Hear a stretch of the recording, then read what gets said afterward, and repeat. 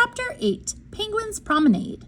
Mr. Popper soon found that it was not so easy to take a penguin for a stroll.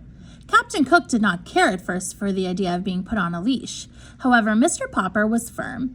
He tied one end of the clothesline to the penguin's fat throat and the other to his own wrist. Chapter 8, Penguin's Promenade. Mr. Popper soon found that it was not so easy to take a penguin for a stroll. Captain Cook did not care at first for the idea of being put on a leash.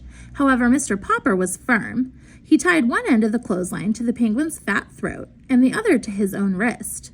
"Ork!" said Captain Cook indignantly. Still, he was a very reasonable sort of bird, and when he saw that protesting did him no good, he recovered his customary dignity and decided to let Mr. Popper lead him. Mr. Popper put on his best Sunday derby and opened the front door with Captain Cook waddling graciously beside him. "Gaw!" said the penguin, stopping at the edge of the porch to look down at the steps. Mr. Popper gave him plenty of clothesline leash. "Cook!" said Captain Cook, and raising his flippers, he leaned forward bravely and tobogganed down the steps on his stomach. Mr. Popper followed, though not in the same way. Captain Cook quickly got up on his feet again and strutted to the street ahead of Mr. Popper, with many quick turns of his head and pleased comments on the new scene.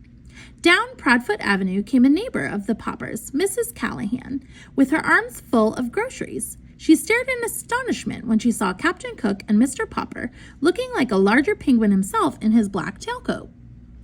"Heavens have mercy on us," she exclaimed, as the bird began to investigate the striped stockings under her house dress. "It isn't an owl, and it isn't a goose." "It isn't," said Mr. Popper, tipping his Sunday derby. "It's an Antarctic penguin, Mrs. Callahan."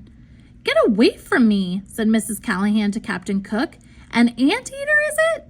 "Not anteater," exclaimed Mr. Popper. "Antarctic. It was sent to me from the South Pole." "Take your South Pole goose away from me at once," said Mrs. Callahan. Mr. Popper pulled obediently at the clothesline while Captain Cook took a parting peck at Mrs. Callahan's striped stockings.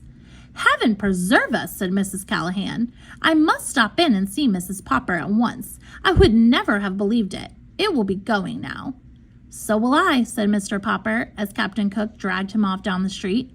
Their next stop was at the drugstore at the corner of Proudfoot Avenue and Main Street.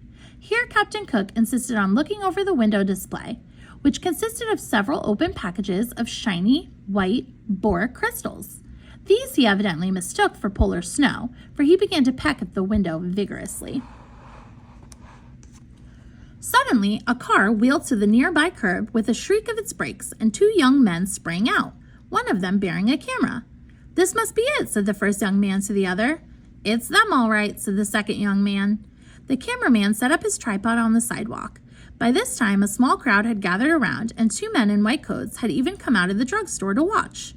Captain Cook, however, was still too much interested in the window exhibits to bother to turn around. "You're Mr. Popper of 432 Proudfoot Avenue, aren't you?" asked the second young man, pulling a notebook out of his pocket. "Yes," said Mr. Popper, realizing that his picture was about to be taken for the newspaper. The two young men had, as a matter of fact, heard about the strange bird from the policeman, and he had been on their way to the Popper house to get an interview when they saw Captain Cook. "Hey, Pelican, turn around and see the pretty birdie," said the photographer. "That's no pelican," said the other, who was a reporter. "Pelicans have a pouch in their bills. I'd think it was a dodo.